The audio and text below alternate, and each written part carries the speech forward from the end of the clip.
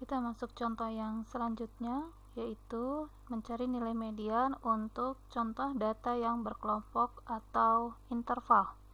Di sini saya menggunakan contoh yang sama dengan yang sebelumnya ya, yang ketika kita mencari min, yaitu penggunaan pulsa pasca bayar dari 50 orang karyawan. Nah, ini datanya masih sama ya. Sekarang yang ditanyakan adalah nilai tengahnya atau median. Bagaimana cara mencarinya? Nah, pertama-tama untuk nilai median itu data memang harus sudah terurut ya, dari kecil ke besar atau besar ke kecil boleh. Kalau di sini untuk data penggunaan pulsa per bulan, ini jelas sudah berurutan ya, karena ini kan semakin lama semakin meningkat nih pulsanya untuk tiap kelasnya. Nah, ini karena sudah terurut, tidak perlu kita urutkan lagi. Untuk yang data berkelompok memang penyajiannya memang sudah berurutan. Maka yang perlu dilakukan pertama kali justru kita harus mengetahui dulu kelas median. Kelas median itu apa? Yaitu kelas yang mengandung data median. Saya kembali ke rumusnya terlebih dahulu. Nah, ini kelas median adalah kelas yang berisi data ke n per 2. Nah, ini adalah rumus yang akan kita gunakan. Ya, baik, kita balik lagi ke soal. Di sini kelas median itu berarti mengandung data ke n per 2. Jadi kita hitung terlebih dahulu. Ya, kelas median adalah kelas yang berisi data ke n per 2 dan kita ketahui bahwa n-nya adalah 50. 50 per 2 yaitu kelas yang berisi data ke 25. Nah, di sini untuk memudahkan kita mencari data ke 25, saya menggunakan bantuan kolom frekuensi kumulatif atau FKUM yang ini. Jadi, kita tinggal lihat nih. Cara membuatnya sudah disampaikan ya di pertemuan sebelumnya. Jadi, di sini kita tinggal lihat data ke 25 ada di mana, ada di kelas berapa. Kita lihat ini sampai 5 data. Ini 18 data ya, berarti 18 data, 1 sampai 18 ada di kelas kedua, 1 sampai 38 ada di kelas ketiga. Berarti data ke 25 ada di sini karena 25 itu sebelum 38 ya. Jadi ini maksudnya kelas ketiga menampung frekuensi kumulatif kelas ketiga itu menampung data perhitungan data ke 1 sampai ke 38. Seperti itu ya. Jadi di sini kelas ketiganya kelas medianya adalah kelas ketiga. Jadi kita akan memperhatikan data yang ini. Baik. Dari sini kita akan menghitung rumus variabel-variabelnya ya. Tadi LB itu tadi adalah tepi bawah dari kelas median. Kelas mediannya adalah kelas 3. Berarti kalau tepi bawahnya adalah 176 dikurangi 0,5. Saya ingatkan kembali tadi rumusnya yang ini ya. LB itu adalah tepi bawah, I-nya itu adalah interval. Nanti kita cari interval atau panjang kelas ya, atau P, atau pernah saya notasikan juga dengan C ya di pertemuan sebelumnya. Kemudian N, banyaknya data. FSM adalah frekuensi kumulatif sebelum kelas median, dan FM adalah frekuensi kelas median. Baik, kita kembali ke sini. Bahwa LB tadi adalah tepi bawah.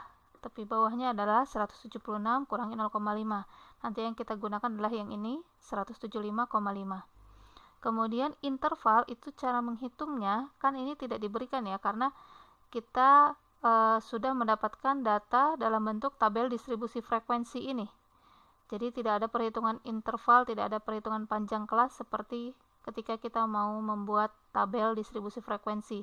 Jadi kalau sudah ada tabel yang seperti ini, cara menghitung intervalnya atau panjang kelasnya adalah tepi atas dikurangi tepi bawah. Mau kelas yang manapun, ketika intervalnya sama atau panjang kelasnya sama, maka hasilnya pun akan sama ya. Tapi pada umumnya memang untuk tabel distribusi frekuensi itu panjang kelasnya sama. Nah, saya menghitung dari yang kelas ketiga saja yang memang akan kita gunakan. Mau kelas yang lain juga tidak masalah, hasilnya pun akan sama. Maka tepi atas kurangi tepi bawah. Masih ingat ya, tepi atas itu adalah batas atas 210 ditambah 0,5, berarti 210,5.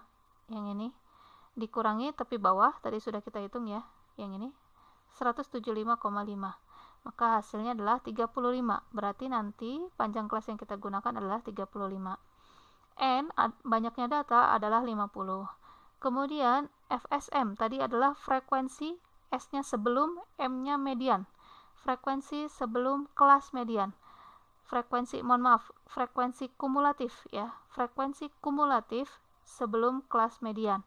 FSM ini berarti kita lihat kelas median adalah kelas 3.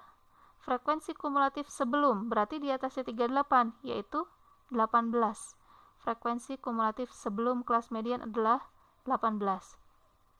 Kemudian FM itu adalah frekuensi kelas median tersebut. Berarti frekuensinya kelas 3, kelas ketiga itu adalah 20.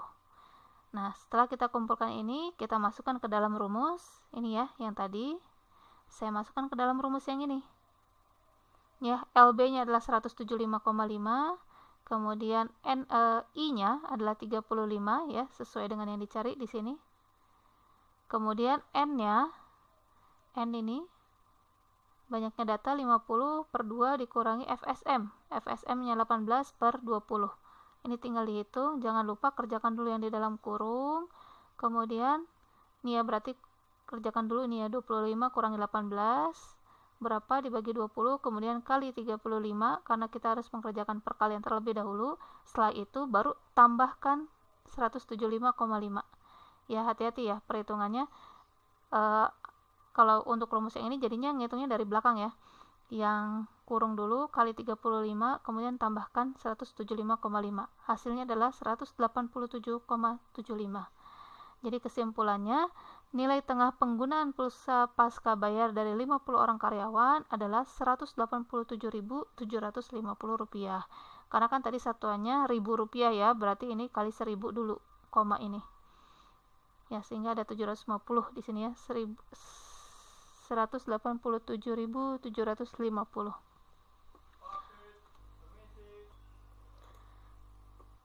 Nilai median yang 187.750 ini punya makna, yaitu bahwa tidak kurang dari 25 orang karyawan penggunaan pulsanya tidak melampaui 187.750. Jadi seperti yang kita ketahui bahwa ini kan data 50 orang karyawan nih. Nah, sedangkan median itu adalah nilai tengah.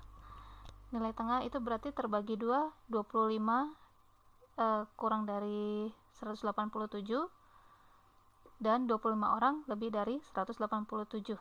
Seperti itu ya. Jadi kalau saya punya seperti ini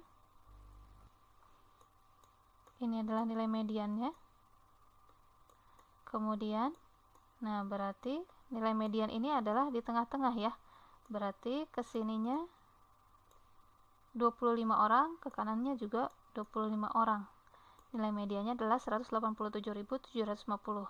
Berarti tidak kurang dari 25 orang yang penggunaan pulsanya, berarti yang sebelah sini penggunaan pulsanya tidak melampaui median. Dan berarti tidak juga lebih dari 25 orang yang penggunaan pulsanya lebih dari 187.750. Seperti itu ya. Kemudian kita masuk ke materi modus. Ini masih di ukuran pusat ya, pengukuran pusat. Modus merupakan modus dari sekelompok data merupakan data yang kemunculannya paling sering pada kelompok tersebut, atau lebih dikenal dengan data yang paling banyak muncul. Itu yang disebut dengan modus. Karena kalau yang paling banyak muncul berarti dia mendominasi daripada data-data yang lain, sehingga itu bisa menjadi pusat data juga. Untuk data tunggal tinggal dilihat saja data yang paling sering muncul itu bagaimana, yang mana. Ya, ini untuk sekelompok data tunggal. Tapi kalau data berkelompok, maka pertama-tama tentukan dulu kelas modus, di mana kelas modus itu adalah kelas yang memiliki frekuensi paling tinggi. Tadi ya, karena memang paling sering muncul. Kalau untuk yang data berkelompok tinggal dipilih saja kelas yang memiliki frekuensi paling tinggi. Ini adalah rumusnya. Nanti penggunanya akan dijelaskan ketika di contoh soal ya. LB ditambah I, di mana I-nya adalah interval atau panjang kelas, LB-nya adalah batas bawah kelas, mohon maaf, ini tepi ya, tepi bawah kelas dengan frekuensi tertinggi, tepi bawah kelas modus ya. Kemudian yang A ini adalah selisih frekuensi kelas modus dengan kelas sebelumnya, dan yang B adalah selisih frekuensi kelas modus dengan kelas sesudahnya. Mohon maaf ya, ini nanti saya ralat ya, bahwa ini bukan batas tapi tepi bawah kelas. Oke, ini contoh untuk yang data tunggal terlebih dahulu.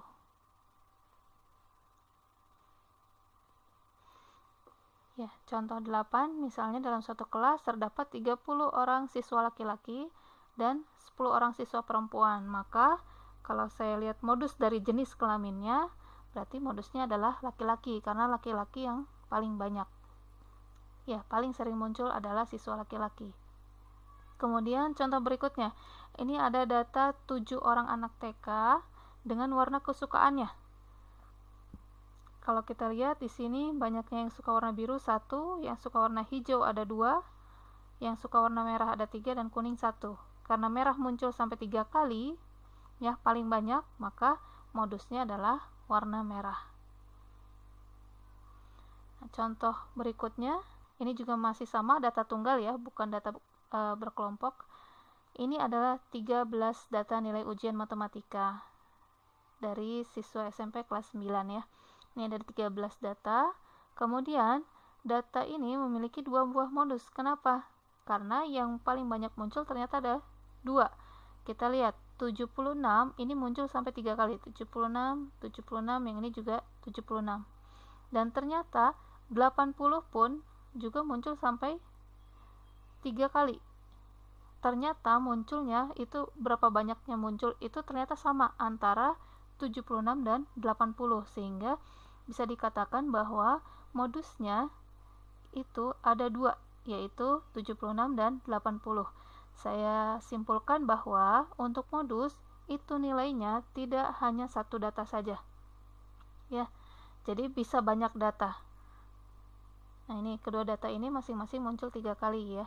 Sedangkan data yang lainnya muncul kurang dari 3 kali, seperti 78. Ini hanya muncul 2 kali, maka dia bukan modus. Ya, yang modus adalah yang muncul paling banyak, yaitu di sini paling banyaknya ternyata muncul 3 kali, yaitu 76 dan 80. Pada contoh ini, karena munculnya 2 kali, dia sifat modusnya disebut bimodal, datanya disebut bimodal, alias B itu 2 ya, jadi modusnya ada 2.